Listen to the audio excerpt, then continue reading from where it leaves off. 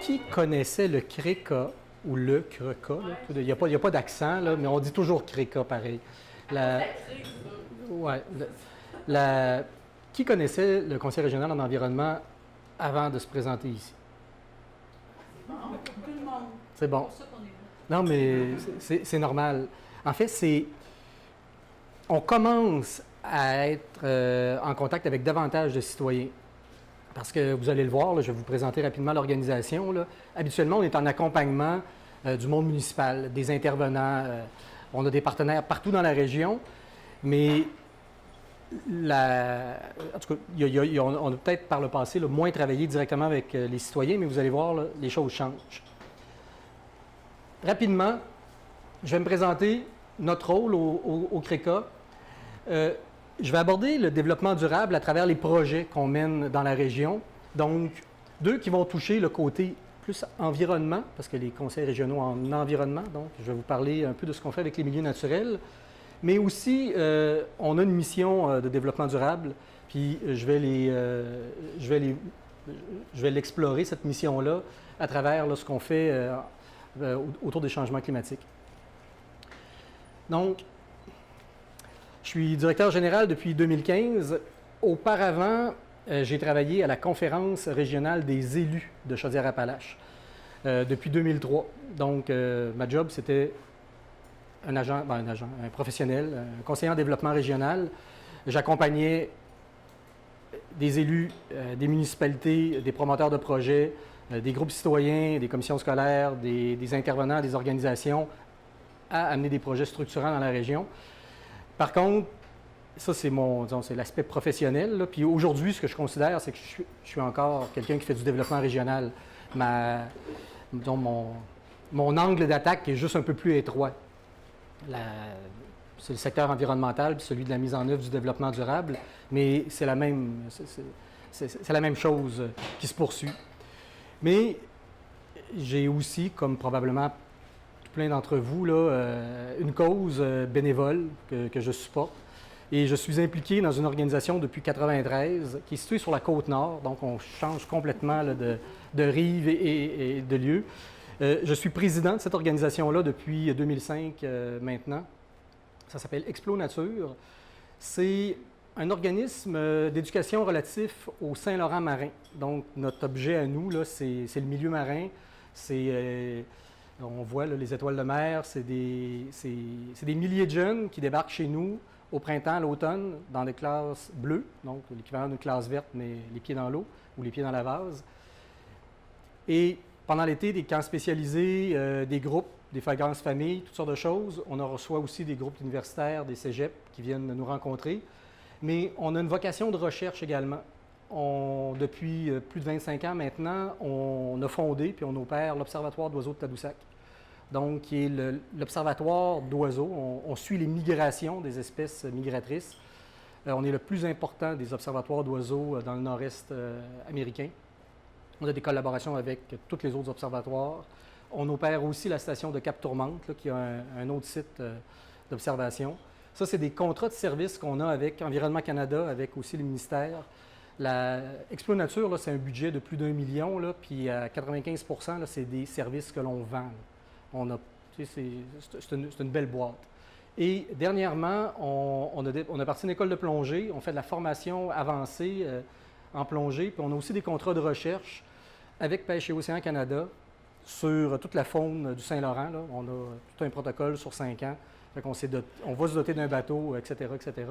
Fait que ça, c'est ma passion, mon aspect bénévole, mais ça me définit beaucoup plus que le boulot que je fais au quotidien, bien que cette passion-là pour l'environnement, puis surtout pour communiquer sur l'environnement, ça se transpose là, dans mon quotidien. Donc, je suis un amalgame d'un peu tout ça. Chaudière-Appalaches, c'est une région que vous connaissez sûrement, là, les 10 MRC, 136 municipalités. Et après la Montérégie, c'est la deuxième région au Québec où il y a le plus de municipalités. Puis c'est aussi la deuxième région au Québec où il y a le plus de MRC après la Montérégie. On est habité partout, là, contrairement à d'autres régions où les gens sont localisés le bord du fleuve. Ici, là, en Chaudière-Appalaches, si vous montez dans un clocher d'église, là, il y a une règle du pouce, là, vous regardez dans n'importe quelle direction, à 14 km, il va y avoir un autre clocher, puis un autre clocher, puis un autre clocher, puis un autre clocher, jusqu'à temps d'arriver sur la frontière du Maine. Donc, la région, elle n'est pas si grande que ça, mais elle est habitée partout. Donc, on a des partenaires partout. On n'a pas des projets partout, mais on a des projets à beaucoup d'endroits. Qu'est-ce qu'on fait au CRECA? Notre devise, je crois, depuis sa création, là, il y a 27 ou 28 ans, c'est rassembler et agir. Donc, l'idée, c'est d'amener les notions de développement durable puis du respect de l'environnement auprès des partenaires, de façon à ce qu'eux, ils les intègrent dans leur façon de faire, dans leur manière de se développer, dans leur politique, etc., etc. On est un organisme ressource en cette matière-là. On est beaucoup en accompagnement auprès de ces partenaires-là. On les aide à faire des meilleurs projets. Notre principal outil, c'est la concertation. Là où on excelle, c'est d'arriver à rassembler des gens autour d'une même table. Et les réunions se passent merveilleusement bien quand il y a de la bière et il y a de la bouffe, là, mais habituellement, on est dans des contextes un peu plus formels. Mais l'idée, c'est d'asseoir les gens qui n'ont pas tous les mêmes intérêts par rapport à une problématique ou une dynamique, puis au moins de comprendre les intérêts de chacun, puis après ça, de trouver des solutions communes. On contribue à des fois, on est en support devant certains projets, puis des fois, on initie des projets. Comme tout organisme, comme les nôtres, là, des fois, on est un peu opportuniste. Il existe un programme de financement, il y a un besoin ici, bien, on présente un projet, puis on le réalise, là. Et on a également un mandat de veille stratégique. Donc, le gouvernement nous mandate pour s'assurer que les enjeux régionaux sont suivis, puis on peut interpeller le gouvernement lorsqu'il y a des problématiques qu'on juge que le gouvernement devrait être saisi. Puis, en échange ou à l'inverse, quand le gouvernement, notamment le ministère de l'Environnement, consulte, il s'attend à ce qu'on produise un avis régional sur les questions auxquelles, en fait, sur les questions auxquelles il s'intéresse. Donc, généralement, là, dans le cadre des consultations du Bureau d'audience publique en environnement ou d'autres mécanismes. On touche énormément de secteurs d'activité. Donc, là, ils ne sont pas en ordre d'importance, mais on travaille en transition énergétique, on cherche à ce qu'il y ait davantage d'air protégé, on fait beaucoup de conservation volontaire chez des partenaires privés, des propriétaires privés. On travaille sur l'adaptation au changement climatique. On véhicule bien sûr les notions de développement durable, protection des milieux humides, les dossiers énergétiques. Là, il y a eu un foisonnement de parcs éoliens là, au cours de la dernière décennie dans Chaudière-Appalaches. On a eu d'autres projets moins intéressants également, là. Les dossiers forestiers, les matières résiduelles, donc une réalité. Oui, il y a des projets de biomasse. On pourra en reparler tantôt, là. Mais la réponse, c'est oui. Puis il y a des gens qui portent ça, là, Vision Biomasse Québec, là, qui sont affiliés à Nature Québec. Et ils sont présentement en démarchage pour avoir une cinquantaine d'entreprises qui seraient prêtes à évaluer la possibilité de se convertir à la biomasse. On a déjà le plus grand équipementier québécois de chaudière à la biomasse, c'est à Thetford Mines, c'est Contair Fournier. C'est la Cadillac là, des machines qui transforment le bois en énergie, là, qui produisent là. Puis, ben, vous avez l'exemple tout près ici de l'hôpital de Montmagny là, qui fonctionne à la biomasse. Là. Donc, puis il y en a d'autres des exemples comme ça. Donc, on s'intéresse beaucoup au transport actuellement et à l'aménagement du territoire. Des conseils régionaux d'environnement, il y en a un par région administrative, à l'exception du Grand Nord du Québec, là, qui est sur un autre type de gouvernance. Donc, on est 16 à l'échelle du Québec. On fait partie d'un regroupement national qui lui, la maison mère là, est à Montréal. Mais on a beaucoup, beaucoup de partage d'expertise entre nous. Donc, on est en fait, là, ça, c'est les diapos de l'an passé. Là. On doit être autour de 150 à travailler dans les conseils régionaux en environnement partout au Québec, puis certains avec, de façon qui sont très, très spécialisés. Donc, lorsque nous, on rencontre un enjeu ou une problématique ou quelqu'un nous interpelle sur quelque chose, on embarque sur l'intranet ou on donne un coup de fil, puis on a l'expertise des collègues là, qui arrivent assez vite. Et c'est une force. Et ça constitue le réseau en environnement le plus important au Québec, là, à l'exception des regroupements d'entreprises qui offrent des services en environnement. Donc, on génère là, énormément de projets là, de toutes sortes de nature. Nous, on est un petit conseil régional en environnement. On est même un des plus petits au Québec. Ça s'explique pour toutes sortes de choses. L'organisation ne s'est pas développée au même rythme qu'ailleurs. Donc, actuellement, on est 4,5 dans l'équipe. Donc, on doit choisir un peu nos combats. On travaille là, en protection et en conservation des milieux naturels, sur les dossiers forestiers, sur les dossiers énergétiques et le climat, et sur les matières résiduelles, en plus de collaborer là, sur des dossiers nationaux. Mais on ne s'éparpille pas beaucoup autour de ça pour l'instant. Donc, je vais vous présenter des exemples de projets qu'on fait. Le premier, c'est un dossier en lien avec la biodiversité de la région et les dossiers forestiers. Donc, c'est une carte de la Chaudière-Appalaches avec, pour chaque parcelle, là, qui est à peu près des pixels là, je dirais, de 1 km², une qualification au niveau de la valeur écologique des secteurs. Donc, quand c'est en rouge, là, ça veut dire que la biodiversité est optimale, qu'il y a eu très, très peu de modifications.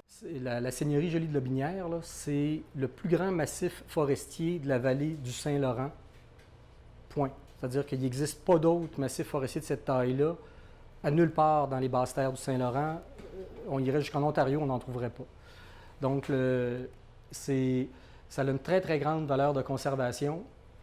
Et nous, on travaille fort là, pour que ces zones-là fassent l'objet, puis surtout pour la plupart de ces grandes zones-là, ils sont encore en territoire public. Donc, ça nous facilite la tâche pour en faire des aires protégées. Partout ailleurs où le qualificatif faible apparaît, c'est les zones urbanisées, les zones agricoles et les zones forestières qui ont été exploitées. Donc, à partir du moment où on exploite la forêt puis on la replante avec d'une seule espèce, la biodiversité là, chute drastiquement. Donc, les milieux naturels, là, la Chaudière-Appalaches, c'est 12 000 km² sur Terre, là, si on enlève la portion fluviale. Puis, sur ces 12 000 km²-là, il reste 24 km² de forêt qui n'ont pas été touchés par l'homme. Puis, ils ne sont même pas tous protégés. Il y en a rien que 16 ou 17 km qui ont un statut de protection, qui va de la réserve écologique. Là, donc, ça, c'est vraiment la cloche de verre. Là, on sait qu'il n'y arrivera rien là. Mais il y a des kilomètres-carrés là-dedans qui sont des ravages pour le chevreuil. Donc, c'est un statut là, très fragile. C'est-à-dire que on peut faire de la coupe forestière dans un ravage à condition de respecter un certain nombre de choses. Là. Donc, ce n'est pas vraiment un statut de conservation.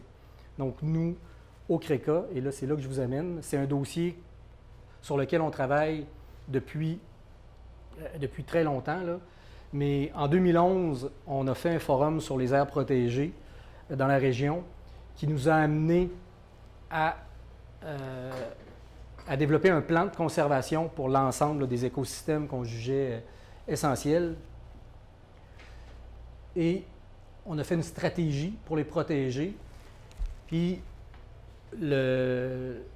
mon vice-président au CRECA, c'est un expert forestier et il a marché l'ensemble des vieilles forêts de la région et on les a caractérisées, puis on a produit des fascicules d'information qu'on a redistribués au MRC. Donc, notre tâche, des fois, c'est de construire de la connaissance, de façon à ce que les élus, après, ils soient en mesure de prendre une décision en connaissance de cause. Parce que, on s'imagine toujours que le ministère des Forêts, ils ont des spécialistes, ils font tout ça, mais en fait, le territoire québécois est tellement grand, puis le territoire forestier est immense au Québec, que, puis, il faut comprendre, là, les vieilles forêts n'ont pas nécessairement une valeur marchande, parce que c'est des vieux arbres morts qui sont souvent en creux. Donc, pour celui qui cherche à récolter le bois, ce n'est pas un arbre intéressant. Souvent, ces vieilles forêts-là n'ont pas été exploitées par le passé parce qu'ils ne sont pas accessibles. C'est des pentes trop abruptes, etc., etc. Donc, ils sont très peu documentés par le ministère. Et puis, trop souvent, le ministère des Forêts a une préoccupation de valoriser le bois et non pas nécessairement de valoriser l'écosystème. Donc, nous, on croyait important de faire cette caractérisation-là puis de transférer l'information. Donc, c'est ça. Il y a 1500 km² de forêt en territoire public. Là, on cherche à en protéger 24. Et on a l'appui de l'ensemble des MRC là, sur le territoire pour le faire. Donc, on fait des représentations auprès des ministères. On obtient des moratoires pour éviter que ces forêts-là tombent dans les contrats d'approvisionnement forestier, donc permettent à des industriels de les couper. Et parfois, les industriels, en fait, régulièrement, les industriels sont des alliés dans cette démarche-là, parce que eux, pour conserver leur certification forestière, vous avez déjà vu, là, ceci est sur du papier recyclé répondant à la norme FSC. Pour avoir la norme FSC, c'est une norme nord-américaine qui dit que l'exploitant forestier a une gestion durable des forêts. Puis, à travers les éléments de gestion durable des forêts, le forestier doit démontrer qu'il participe aux efforts de conservation sur le territoire où il fait des coupes. Donc, nous, on lui présente des éléments où il pourrait y avoir de la conservation et lui adhère à ça. Donc, cette année, dans le secteur là, de Lac-Etchemin, il y a un lac qui s'appelle le lac Caribou. À cet endroit-là, il y a plusieurs lacs Caribou en Chaudière-Appalaches, mais à lac Caribou, il y avait un grand peuplement forestier qui a les pieds dans l'eau, donc quelque chose qui n'est pas très intéressant pour l'industrie forestière, mais qui est un milieu humide d'exception, parce que des forêts humides, on n'en a pas beaucoup. Bien, le ministère a reconnu que ça allait devenir un milieu humide d'intérêt, et le forestier, lui, conserve son accréditation FSC parce qu'il vient de contribuer à mettre en place une aire protégée. Puis nous, bien, on dit une de plus, mais c'est un dossier qu'on a commencé à travailler il y a pratiquement 10 ans de ça. Donc, on a beaucoup de dossiers là, que j'appellerais, quand on fait de l'activité physique, là, il y a des gens qui font des marathons, puis il y a des gens qui font de l'athlétisme. Là. Nous, on est souvent de la gang qui font des marathons. Il faut partir lentement, là, puis il faut garder le rythme. Puis après, donc...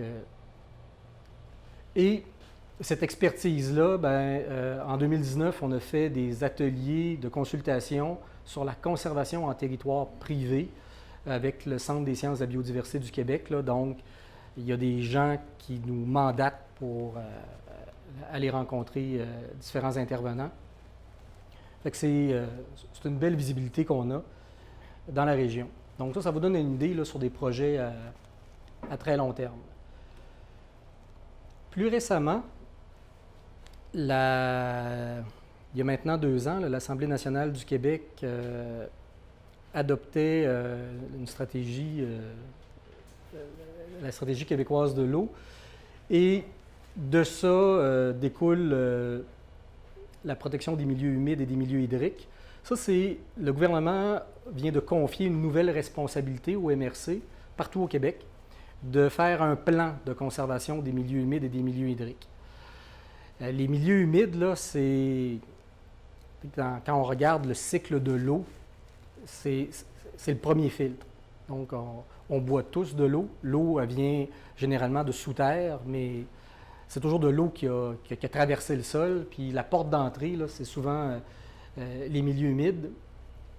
l'ensemble des municipalités sur le territoire de la Chaudière-Appalaches est préoccupé par sa qualité d'eau et par les quantités d'eau disponibles. Puis, ils connaissent très bien la valeur de l'eau, au sens que si l'eau doit être traitée avant consommation, ça coûte rapidement beaucoup de sous. Donc, et toutes les municipalités ont souvent adopté des règlements pour protéger les sources d'eau potable, donc leurs puits municipaux. Et là, le gouvernement du Québec essaie de faire en sorte que l'ensemble des MRC se dotent d'un plan pour protéger les milieux humides de manière à ce que l'eau qui va se retrouver dans le sol, là, donc dans les aquifères, conserve sa qualité. Encore là, notre rôle là-dedans, il y a maintenant 1 an, on a rassemblé l'ensemble des organismes de bassin versant. Ça vous dit quelque chose, un OBV? C'est chaque grand bassin versant, là, donc généralement, là, toute l'eau qui se dirige vers une même rivière avant d'aller au fleuve est gérée par une organisation. Dans Chaudière-Appalaches, on en a 9. Il y a 40 OBV au Québec. On en a 9 juste ici. Donc, on les a tous assis autour de la même table. Puis, on savait que ces éléments-là arrivaient. On a vérifié avec eux si on pouvait imaginer qu'on le fasse ensemble dans la région. Après, on est allé voir l'ensemble des aménagistes, donc les 10 MRC du territoire. Puis on leur a posé la même question. Pensez-vous qu'on peut le faire ensemble dans la région? Le gouvernement donne un montant, 83 000 à chaque MRC pour faire son plan.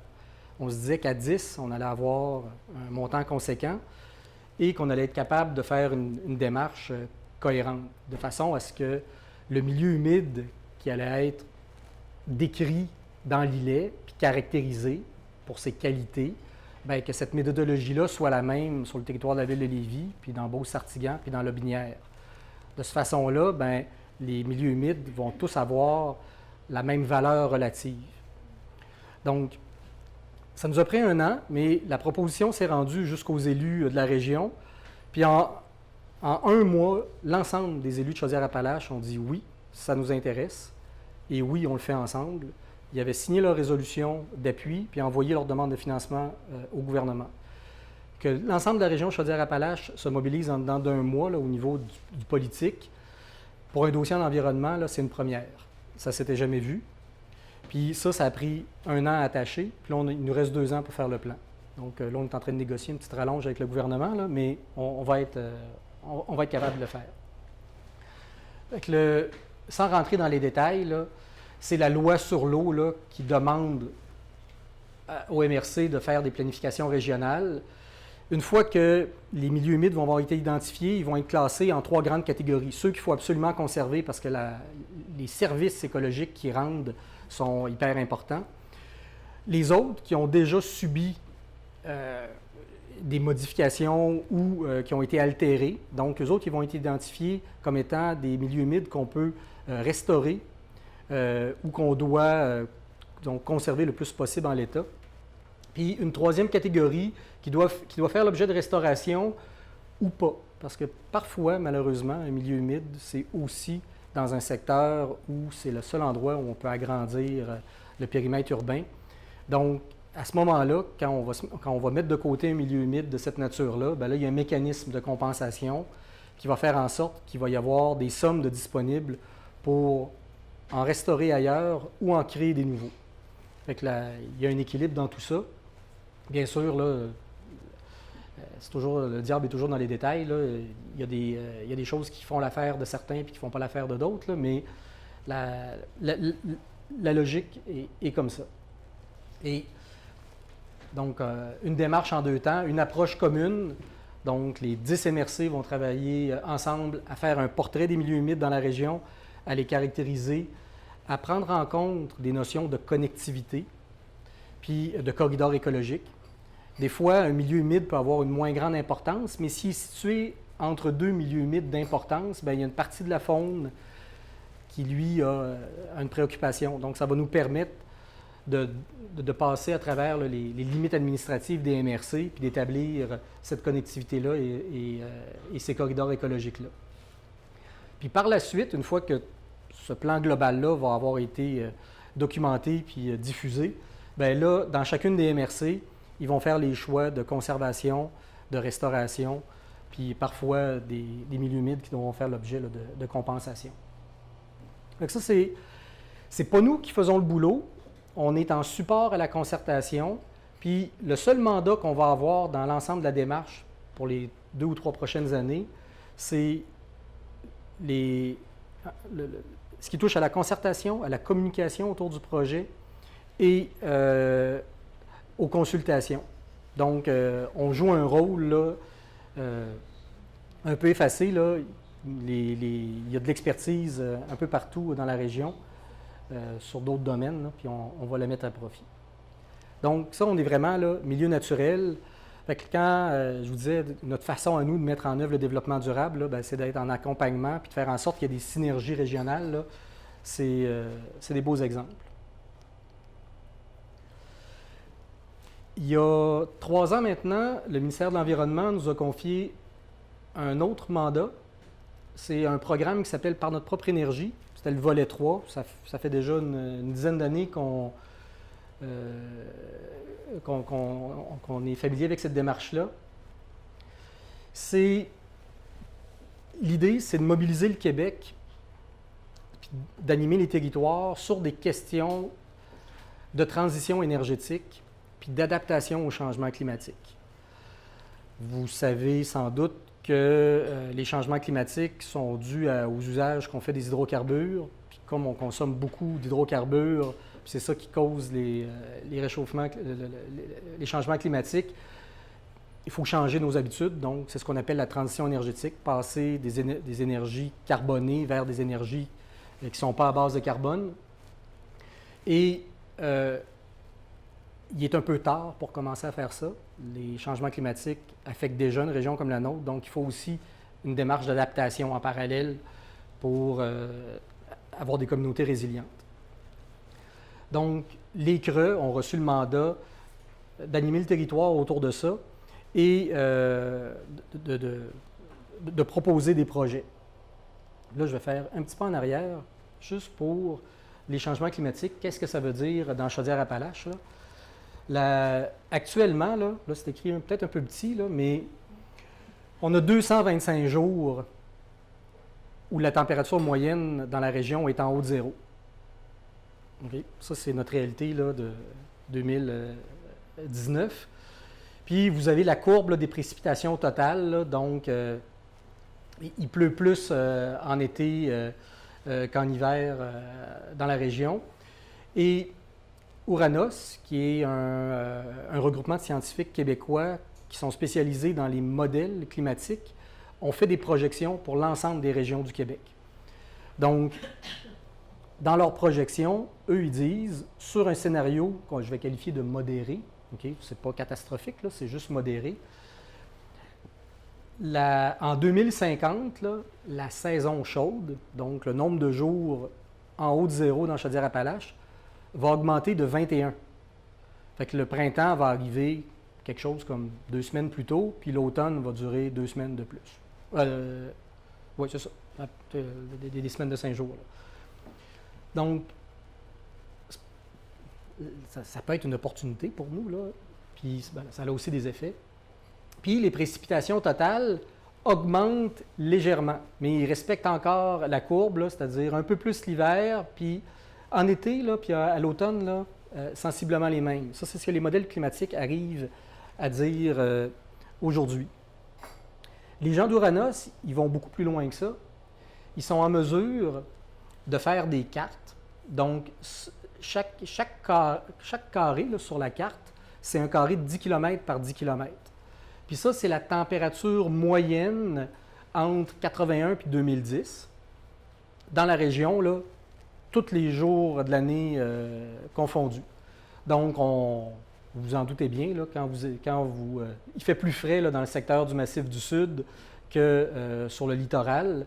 Puis, on voit là, que dans la vallée du Saint-Laurent, là, puis dans la vallée de la Chaudière, puis autour du Grand Lac Saint-François, là, c'est sensiblement le même climat. Dans le scénario modéré, là, donc de plus 2,8 degrés, on se rend compte que le climat qui appartenait à la plaine, à la vallée du Saint-Laurent, là, entre 2040 et 2070, donc il faut se projeter quand même presque 50 ans en avant. Là. Bien, au sommet du Massif du Sud, là, sur une base annuelle, ça va être comme si on était dans la vallée du Saint-Laurent aujourd'hui. Puis dans le secteur des aides-chemins, c'est comme si on était sur le littoral aujourd'hui. Et partout ailleurs, c'est un climat qu'on ne connaît pas en moyenne dans la région. Ce climat-là, là, en orangé puis en rouge, c'est le même climat qu'on peut observer si on habite l'extrême sud du Québec aujourd'hui. Donc, en Montérégie, ils ont à peu près ce profil-là de climat. Puis, la Montérégie là, partage ce profil-là là, avec une immense bande là, qui descend là, jusqu'en Georgie. Là. Quand on est dans les montagnes en Georgie, là, c'est à peu près le même climat que la Montérégie aujourd'hui. Puis c'est celui-là qu'on va avoir dans la région entre 40 et 70. Puis ça, c'est juste une augmentation moyenne là, autour de 3 degrés. C'est le scénario modéré. Là. C'est pas, ça veut dire toutes sortes de choses. Ça veut dire, tout dépendant de quelles lunettes on met, là, quand on met la lunette des producteurs agricoles, là, ils regardent ça et ils disent « Oh, ça veut dire que moi, je vais être capable de faire pousser les mêmes cultivars de maïs que ce qui se fait actuellement dans le sud de la Montérégie, parce que ce n'est pas les mêmes espèces là, qu'on cultive dans les champs derrière, là, puis au sud du Québec. Là, nos épis de maïs ici ont moins de degrés jour, donc ils ont une saison de croissance plus courte. Donc, les agriculteurs, ils voient là des opportunités. Mais l'agriculteur, il dit, en Montérégie, là, actuellement, là, il n'y a pas beaucoup de monde qui élève du poulet, puis il n'y a pas beaucoup de monde qui élève des porcs, parce que c'est des productions qui ont besoin d'avoir une certaine ventilation, parce que c'est des animaux qui souffrent de la chaleur. Puis là, si tu m'expliques que c'est les mêmes climats que je vais avoir dans 30 ans, bien, fait que là, probablement que dans Chaudière-Appalaches, là, le producteur avisé, bien, il va commencer à regarder les terres disponibles dans les hauts, puis dans les aides-chemins, parce que là, oui, puis, mais tranquillement, pas vite, il va aussi se diriger vers le Bas-Saint-Laurent puis vers la Gaspésie, parce que lui, ce qu'il redoute le plus, c'est pas de chauffer là, sa production agricole, sa production animale, parce que ça, il le fait déjà, mais c'est de la climatiser. Là. Pour lui, ça coûterait énormément cher. Donc là, pour profiter de la climatisation naturelle, là, bien, il va aller aux endroits où c'est plus frais. Fait que là, on va voir cette migration-là chez les producteurs. Chez les acériculteurs, ils se posent d'autres questions, eux autres. Ils disent « Ouais, mais là, ça veut dire quoi? » Puis, et il y a toutes sortes d'impacts. Et là, j'en ai recensé juste quelques-uns. Là. Ça, encore là, c'est pas moi, là, c'est Ouranos qui dit avec l'augmentation là, de 2,8 degrés dans la région là, sur 40 ans, on va voir une plus grande présence des espèces exotiques et envahissantes.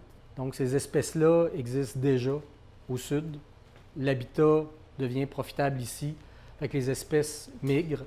C'est souvent des insectes. Des insectes, ça se déplace très vite. Les plantes qui se déplacent un peu moins vite, mais parfois, ils ont des bons vecteurs, les plantes. L'eau est un vecteur intéressant. Là. Je ne sais pas si vous avez déjà vu les colonies de renouées du Japon le long de la Chaudière, mais il y a on a perdu le contrôle. La berce du Caucase, qui est une problématique dans la région, qui a les plantes, des graines qui flottent très, très bien également. Donc, même les plantes peuvent avancer très vite. Là. Puis des fois, c'est des questions d'aménagement du territoire, le fait qu'on nettoie nos fossés régulièrement, les plantes progressent dans les fossés. Là. Il y a plusieurs choses là, qui sont responsables là, de l'avancée de ces espèces-là. Vous avez vu, la saison chaude augmente, mais là, on ne voyait pas, mais dans les détails, mais il y a plus de jours en haut de 30 degrés consécutifs dans une même année aussi. Donc ça, c'est ce qu'on appelle les canicules. Pour nous, on est capable d'en prendre un peu, mais il y a des populations à risque. Donc, à partir du moment où il y a des maisons de personnes âgées qui sont moins bien ventilées ou peu climatisées, ça peut être des problèmes de santé. Mais en cas de canicule, c'est souvent les élevages, donc la production animale là, qui va souffrir en premier. On a vu que les précipitations augmentaient sur une base annuelle, puis il n'augmente pas de beaucoup. Mais dans les faits, c'est quand on regarde les épisodes de précipitation, là, c'est là où le patron change. Il va tomber la même quantité d'eau ou à peu près sur une base annuelle, mais il va pleuvoir beaucoup moins souvent, puis de manière beaucoup plus abondante les fois où il va pleuvoir. Encore là, ça peut se gérer, mais c'est plus susceptible de faire des dommages aux fossés, aux ponceaux, aux chemins, parce qu'il faut évacuer cette eau-là rapidement. Puis c'est aussi problématique là, sur les grandes cultures. Dans l'îlet et dans Montmagny, il y a déjà un défi d'érosion et de submersion côtière. Donc, l'hiver étant un peu plus doux, le couvert de glace disparaît tranquillement pas vite. Puis même en Gaspésie, là, dans le golfe du Saint-Laurent, il n'y a pratiquement plus de couvert de glace. Ça, c'est ce qui fait en sorte que l'hiver, lorsque les vents de tempête sont plus importants, bien, la vague qui autrefois était stoppée par la banquise ou par les glaces qui flottaient, là, elle se rend jusqu'à la côte. Donc, il s'agit de 2-3 phénomènes combinés, là, c'est-à-dire la journée où on est en grande marée, qu'il y a une marée haute, puis qui vente du mauvais bord, bien, la vague, avec beaucoup d'énergie, vient beaucoup plus proche. Et dans l'îlet et dans Montmagny, là, la côte a déjà tout été caractérisée.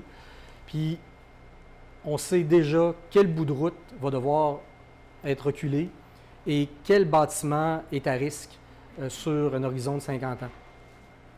Le travail est en train de se faire là, avec la TCR, là, qui est une organisation qui s'intéresse uniquement au littoral.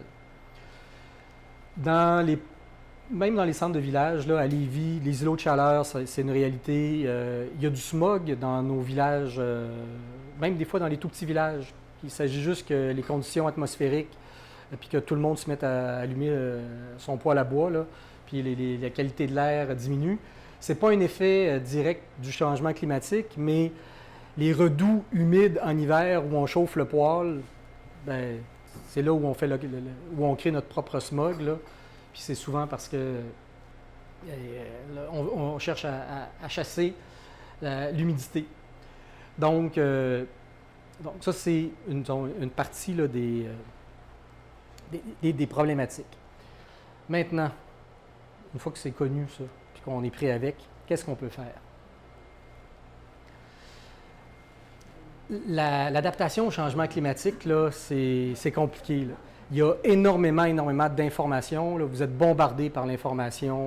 C'est moindrement, là, vous désirez en avoir, vous en avez.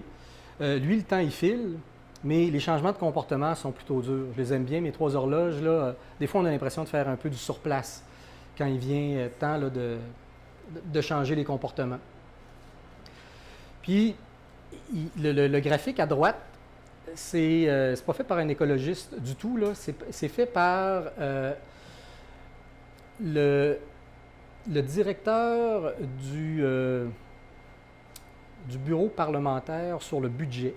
Ça, c'est des économistes et des comptables qui s'intéressent au budget du gouvernement fédéral et qui regardent si, avec les budgets consentis au Canada, les programmes qui sont financés par ces budgets-là vont atteindre leurs résultats.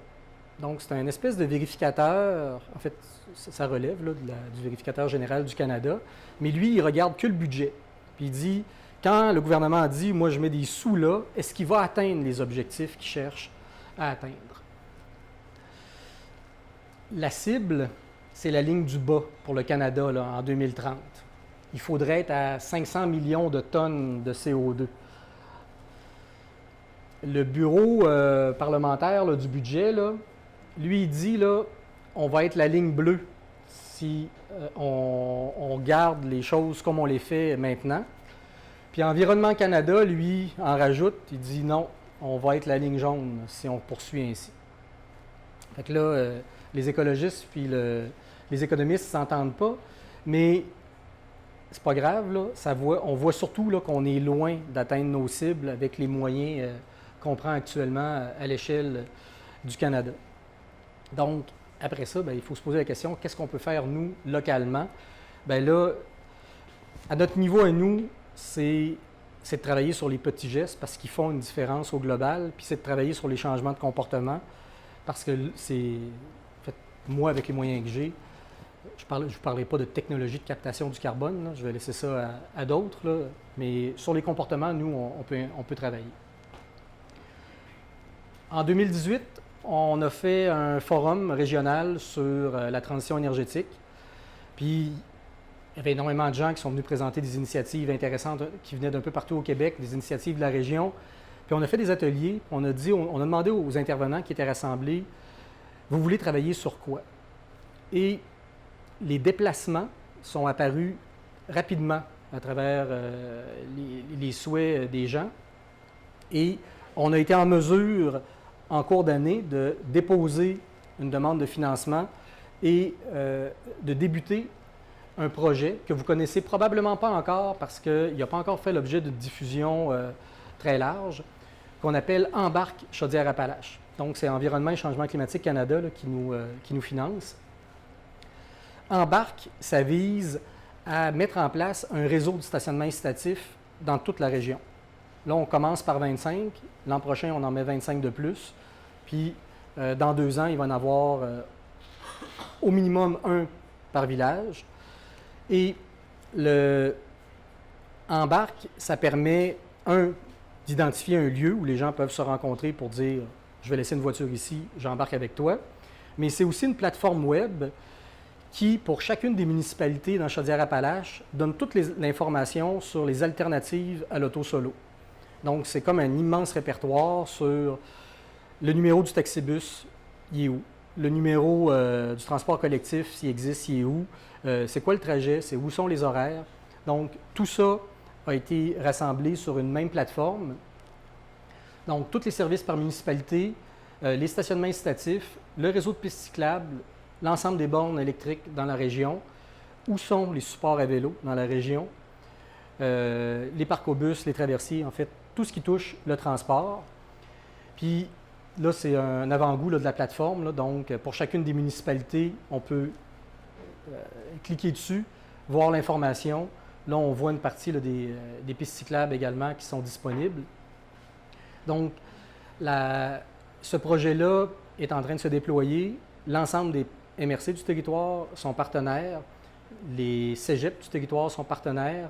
Il y a des réseaux d'entreprises qui sont partenaires. Donc, un des premiers, la Vallée de la Plasturgie. Ça regroupe 80 entreprises dans le secteur plastique, matériaux composites. Eux, dans leur plan stratégique, il y avait des éléments de transport des employés pour être plus attractifs puis faire de la rétention personnelle.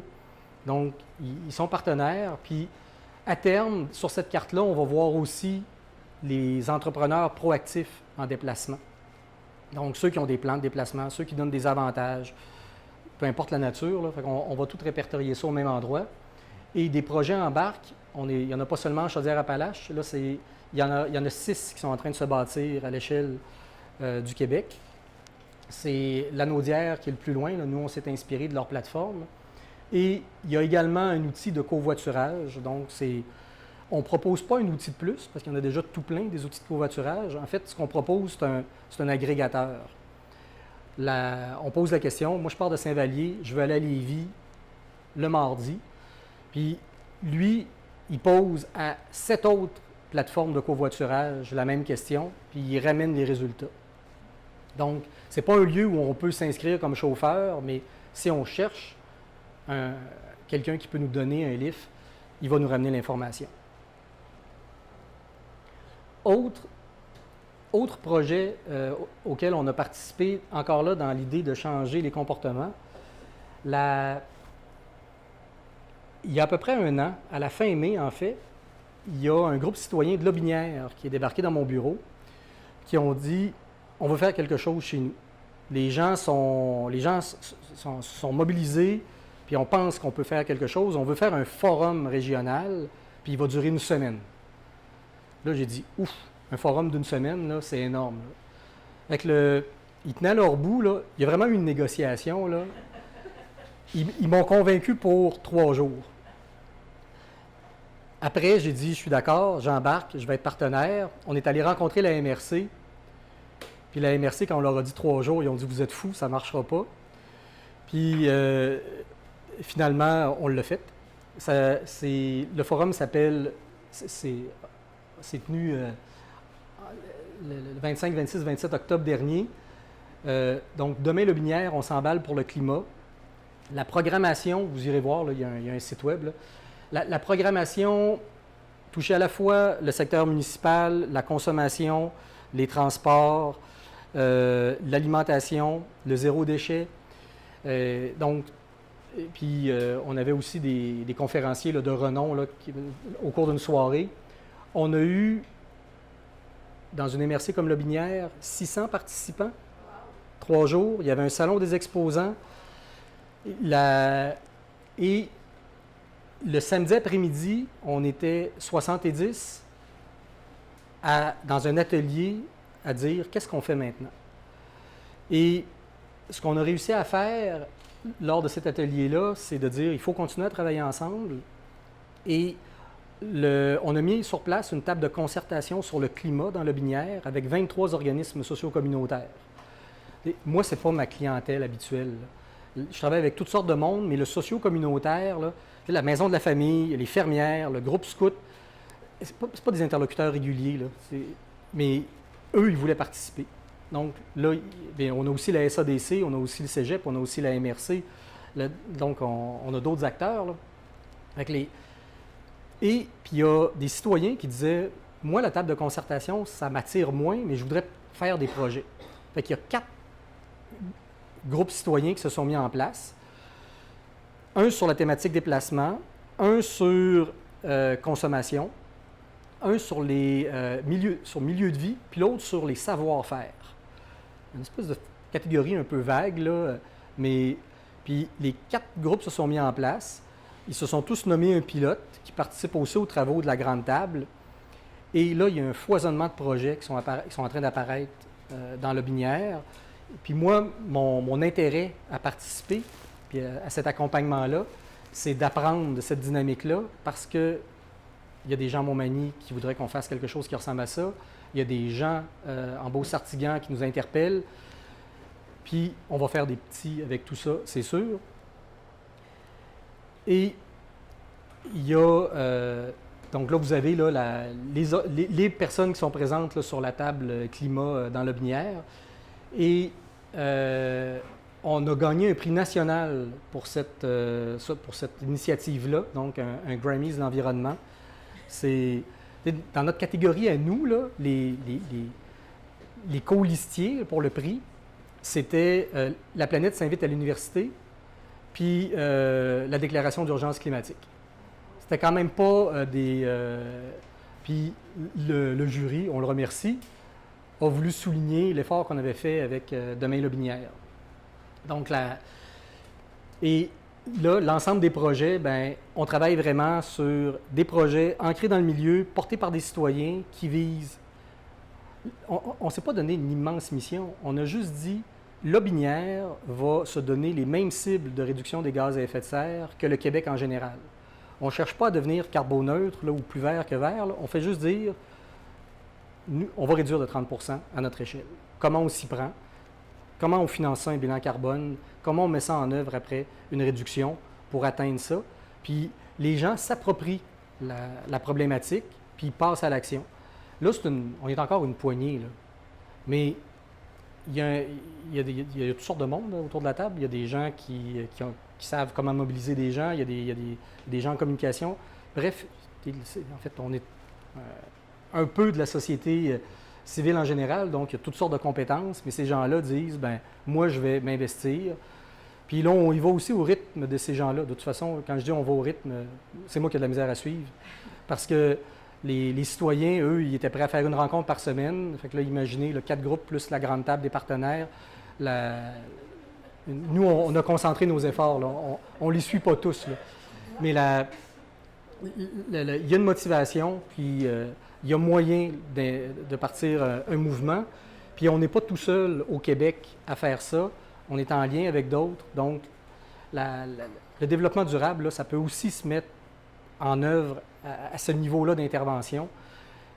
Et là, la MRC, en fait, qu'on a fait mentir parce qu'elle ne croyait pas que c'était possible, là, est partenaire. Puis dans sa planification stratégique, elle parle de co-construction, puis de projets communs, puis d'élaborer ensemble. Puis là, on a compris comment la MRC fonctionnait là, dans sa manière qu'elle analyse ses projets. Puis là, il y a un groupe citoyen là, qui a dit il faut que les jeunes soient impliqués. Donc là, ils sont allés chercher les partenaires, la coop EFA à Lévis, là, qui travaillent sur les changements de comportement des élèves au primaire. Donc, le comité citoyen a proposé à la MRC que l'an prochain, l'ensemble des classes de 5e année dans toute la MRC, il y en a 20, aille une activité de la coop EFA.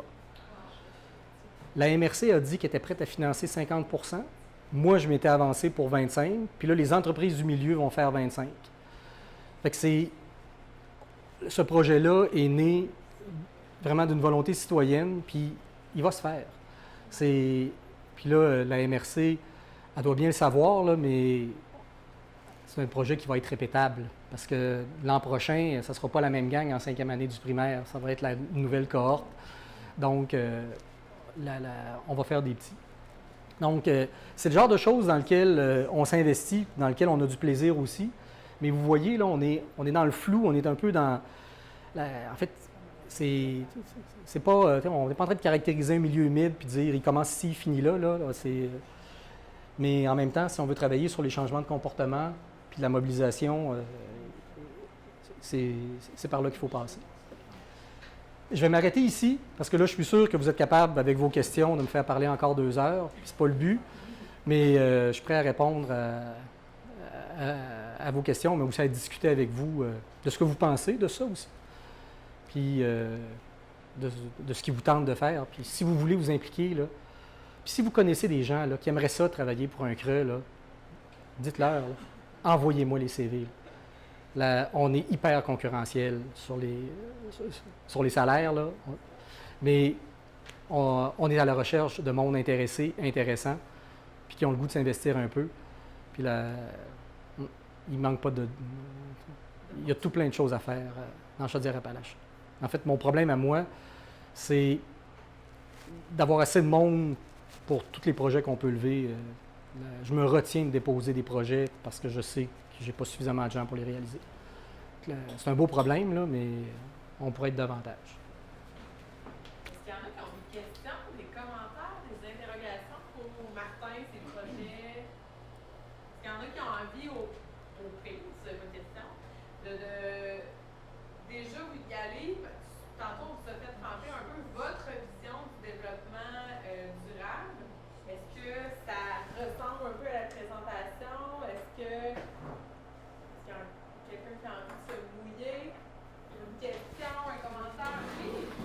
Ben moi, ma question, on est dans Bellechasse. Dans Bellechasse, qu'est-ce qui se fait là, présentement, justement, pour le climat, pour l'environnement, à votre connaissance? Et il y a toutes sortes de projets. Bon, dans le secteur du Massif du Sud, vos élus s'intéressent à agrandir l'aire protégée qui est actuellement sur les sommets. Il y a une proposition régionale là, qui date déjà d'un certain temps, qui avait fait l'objet d'un consensus au municipal, mais les choses dans ce domaine-là là, avancent tranquillement. Là, le ministère des Forêts a clairement dit que si ce projet-là n'avançait pas, que lui allait donner la forêt dans les contrats d'approvisionnement. C'est ce qui a fait un peu bouger les élus qui désirent consolider le parc régional puis l'environnement de ce parc-là. Ils ne cherchent pas à faire une aire protégée stricte, ils cherchent à faire une aire protégée dans laquelle il y a encore des activités récréo-touristiques de faible impact, mais c'est pas grave, là. Il y a moyen de protéger des habitats de cette façon-là. Ça, c'est le secteur Massif du Sud. Dans les dernières années, il y a eu beaucoup d'efforts de fait sur la gestion des matières résiduelles dans Bellechasse. Bellechasse, dans son plan de gestion des matières résiduelles, dit qu'ils vont vers un zéro déchet. Le défi, c'est d'avoir une feuille de route puis de montrer comment tu peux diminuer de manière significative dans le temps pour arriver éventuellement à zéro. Ça, c'est pas gagné d'avance, mais il y a eu beaucoup d'efforts de fait dans des dans la sensibilisation, de la formation au compostage domestique. Il y a des épiceries qui ont changé leur barquette de styromousse pour des barquettes recyclables. Donc, disons, les gens là, aux matières résiduelles là, font un bout de chemin là-dedans et on le voit. Ils participent au projet de stationnement incitatif. Donc, ils cherchent à mettre en place un transport collectif, une navette là, qui rejoindrait le transport de Lévis. Donc ça, c'est des choses qu'on voit apparaître. Après ça, ils sont impliqués dans la réalisation des plans régionaux de conservation des milieux humides et des milieux hydriques. Là. Puis, ils participent aussi à toutes les tables là, sur l'érosion, la submersion côtière, qui est quand même un peu moins... c'est moins préoccupant ici là, que sur la côte du Sud en général. Puis la grande plaie bleue, êtes-vous partenaire? Nous, on est complètement en amont de ça. On a fait la caractérisation de la grande plaie bleue là, pratiquement à la création du CRECA, mais maintenant, c'est un projet de la Ville de Lévis. Donc, c'est sur le territoire de la Ville de Lévis. Il y a une mise en valeur par la Ville. Ça va devenir une aire protégée. Là, donc, c'est en démarche. Là. Oui, oui, c'est ça. Ça va déborder, parce que j'ai déjà entendu dire qu'elle déborderait dans Saint-Champ-de-Beaumont. Oui, il y a exact. La grande plaie bleue, elle a 2 secteurs. Là. Et avec les plans de conservation des milieux humides et des milieux hydriques, c'est évident que ça va devenir une zone de conservation parce que il n'y a pas vraiment d'autres usages sur un territoire comme une tourbière. Là. Puis c'est une grande surface. C'est un milieu qui a encore qui n'a pas été exploité d'aucune façon. Là. Donc, au niveau de la biodiversité, là, il y a quelque chose d'intéressant à faire. Là. Puis c'est pas un milieu qui est difficile parce que les propriétaires des lots qui sont là ont toujours su qu'il y avait une tourbière chez eux. Là. C'est pas un promoteur immobilier qui a acheté cet espace-là en disant un jour je pourrais développer. Là. C'est trop évident que c'était un milieu humide complexe. Là. Donc, il n'y a pas de conflit d'usage, je dirais, sur ces territoires-là. Ça va être des territoires qui vont facilement être identifiés comme de la conservation, puis qui vont contribuer à augmenter les milieux humides conservés dans la région. Il y a d'autres cas où ça va être plus difficile, là, mais ça, je pense que c'est les quelques cas faciles dans les milieux humides.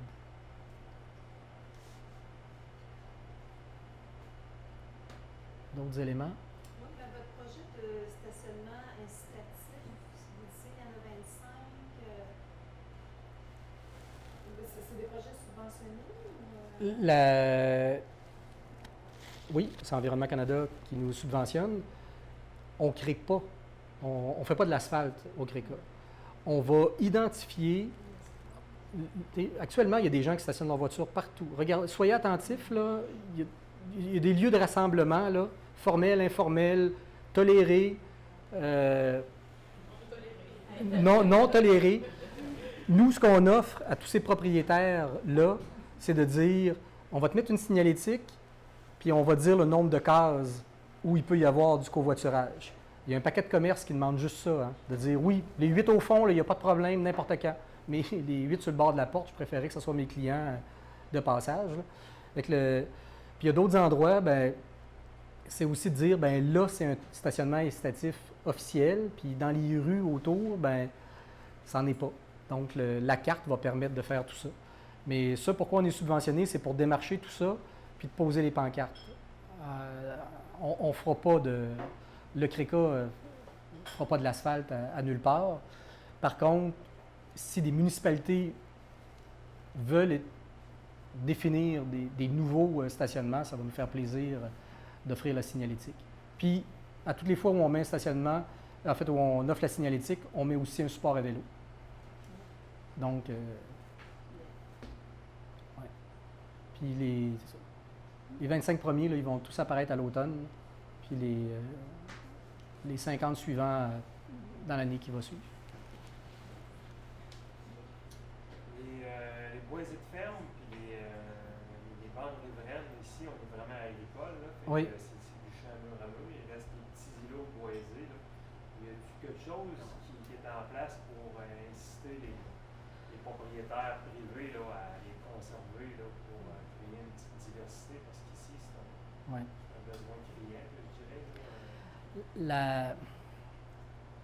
Actuellement, on n'est pas beaucoup présent sur le dossier des bandes riveraines parce que souvent, ces projets-là sont portés par les organismes de bassin versant qui sont directement en lien avec l'eau puis le réseau hydrique, là.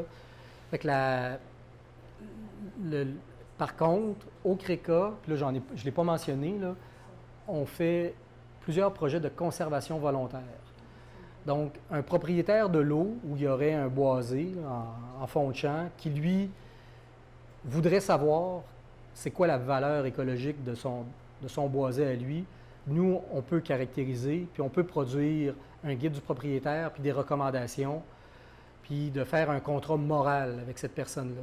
Donc, la personne peut s'engager à respecter les recommandations, puis on fait une entente de conservation volontaire.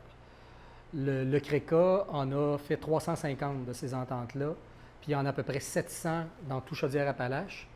Pour vous donner une idée, là, la superficie des 700 ententes de conservation mis ensemble, ça correspond à peu près à la superficie du parc national de Frontenac, là, donc le seul parc de la CEPAC qu'on a dans la région. C'est comme s'il y avait un deuxième parc caché, éparpillé partout. On n'a pas de projet cette année, mais l'an dernier, on en a fait une vingtaine à Sainte-Praxède, à Saint-Joseph-de-Coleraine, puis l'année d'avant, on en a fait une vingtaine à Hadstock. Donc, dans la périphérie du Grand Lac Saint-François, c'est un partenariat avec la zone périphérique du Grand Lac Saint-François, mais on en a partout dans la région. Tous des particuliers? Oui, uniquement des particuliers. Conservation volontaire, c'est toujours avec un propriétaire privé. Donc ça, on est en mesure de faire ça, puis il n'y a pas de coût à ça. On se fait financer par la Fondation de la Faune. Mais il faut qu'il y ait un cours d'eau. Non. Non, même pas? Non. Oui. Oui. Ça peut être n'importe quoi. Puis, dans notre approche, quand on caractérise un lot entier, on ne cherche pas à conserver l'ensemble. C'est-à-dire que nous, si on juge que dans son secteur forestier, il y a un peuplement de pruches qui est d'un intérêt, on va mettre la zone de conservation uniquement là, puis il va pouvoir continuer à faire le bois de chauffage puis bûcher ailleurs. Là, on ne cherche pas à faire des cloches de verre en terrain privé. On cherche juste à sensibiliser les gens à la réalité de la conservation. Et la Fondation de la Faune finance ce type d'initiative-là, mais finance aussi des suivis. Nous, on en fait peu de suivis, mais il y a un paquet d'organisations dans la région qui nous appellent en disant « On vient de tomber sur un de vos propriétaires qui a fait une caractérisation chez vous en 2000, en 2001. Est-ce que vous nous autorisez à faire un suivi? Puis est-ce que vous pouvez nous envoyer la caractérisation que vous avez faite à l'époque? » Et c'est fou, là. À 95% du temps, les recommandations ont été respectées, puis les milieux naturels ont été conservés. Fait que ça marche, la conservation volontaire. C'est pas une lubie, c'est pas une invention. Il n'y a aucune contrainte. Le propriétaire, il vend demain matin, la propriété n'est pas liée. Nous, on l'encourage à dire qu'il y a une conservation et à transmettre les documents, mais si l'autre veut, même si le propriétaire actuel dit finalement, je veux bûcher, il n'y a pas d'obligation légale. Puis, si un propriétaire veut aller plus loin, parce que parfois, ça peut être intéressant d'un point de vue fiscal de faire des réserves écologiques en milieu privé, là, nous, quand on apprend ça, on le réfère vers des gens qui font ce genre de choses-là. Parce que dans Chaudière-Appalaches, là, actuellement, nous, on n'est pas un organisme de conservation d'un point de vue légal. Mais on fait de l'accompagnement pour la conservation volontaire. Fait que ça, c'est ce qu'on peut faire. Mais il y a toutes sortes. Les agences de mise en valeur des boisés privés ont des biologistes qui font ce genre de choses-là. Il y a plusieurs OBV qui font de la conservation volontaire. Il y a les associations forestières qui en font aussi, etc. Là. On n'est pas tout seul. Oui? Pour faire du pouce sur les matières résiduelles, y a-t-il des initiatives de municipalités qui décident de vraiment prendre en main leur éco-centre pour que les citoyens aient accès à des matières de secondaires qui iraient aussi d'enfouissement sinon? Tu veux dire des éco-centres qui permettraient à des citoyens de venir chercher des matériaux? Oui, mais de façon organisée. De façon organisée? La plupart le permettent, mais tu arrives au bon moment quand la personne a jeté son affaire, sinon souvent elle se fait écraser par la pelle. Vraiment des initiatives organisées où c'est classé? C'est ça. À ma connaissance, les plus organisés sur le territoire, là, c'est sans conteste la ville de Lévis, qui a tout un réseau de partenaires. Donc, à l'éco-centre, ils vont acheminer la matière vers un partenaire qui, lui, va le valoriser et le remettre en circulation si c'est possible. OK, ça, c'est avec la ressourcerie de Lévis? Bien, la ressourcerie, elle va prendre les objets, les petits meubles, tout ce qui va à la ressourcerie, là, les vêtements, le textile, les souliers. Là. Si ça arrive à l'éco-centre, c'est mis dans la grande tente, puis ça, c'est acheminé à la ressourcerie. Si c'est des livres, des disques, ça part vers un autre partenaire, c'est chez Écolivre. Si c'est du métal, ça va chez le recycleur juste derrière, AIM. Mais si c'est disons, des matériaux de construction, mettons que vous avez 2 belles portes françaises et vous ne savez plus quoi faire avec, là, eux vont être détournés dans la tente, puis ils partent vers un tiers. Là. Ça ne va pas dans le bac de bois. Ouais. Je parle plus en milieu rural. Oui, bien c'est ça. Oui, bien c'est ça, en périphérie. Bien là, tu m'as demandé ceux qui étaient les plus organisés. Après, c'est vraiment, vraiment à géométrie variable. Il y a de tout, là. Et, il y a une ressourcerie dans Bellechasse là, qui fonctionne relativement bien, qui a toutes sortes de choses, là, pas seulement des menus objets, mais qui pourrait avoir un ensemble de portes là, qui ont réussi à mettre de côté. Mais c'est pas encore institutionnalisé. Puis les volumes sont faibles aussi. Oui, mais il y aurait quelque chose quand même dans des genres de guides pour les municipalités pour mieux guider, c'est ça, guider les gens qui gèrent les éco-centres, puis avec chiffrer, dans le fond, qu'est-ce que ça pourrait vous apporter de faire ça? Mais, ça va coûter tant, mais ça va je pense que les gestionnaires là, des plans de gestion des matières résiduelles, là, ils demandent juste ça. Eux, à toutes les fois qu'ils envoient une tonne de moins au lieu d'enfouissement, là, ils sont heureux. mais c'est pas encore passé dans les habitudes des gens. Chaudière-Appalaches, c'est une région manufacturière. Là. Dans la région, là, on peut construire une maison puis mettre tout ce qui va dedans. Il y a à peu près juste le téléviseur là, qu'on ne fabrique pas ici. Là. Mais tout le reste, là, il y a quelqu'un qui le fait. Fait que c'est facile de trouver le fabricant puis d'acheter du neuf. Là. Quand on veut une porte, là, le réflexe il est simple. Mais le marché ou ceux qui offrent des portes usagées, là, ils sont beaucoup plus rares puis n'ont pas les mêmes moyens de diffusion et de se faire connaître. Nous, on a mis en place une plateforme là, qui s'appelle Récupère Don, qui est une carte interactive. On fait ça avec la table régionale en économie sociale puis d'autres partenaires. Là, qui montre,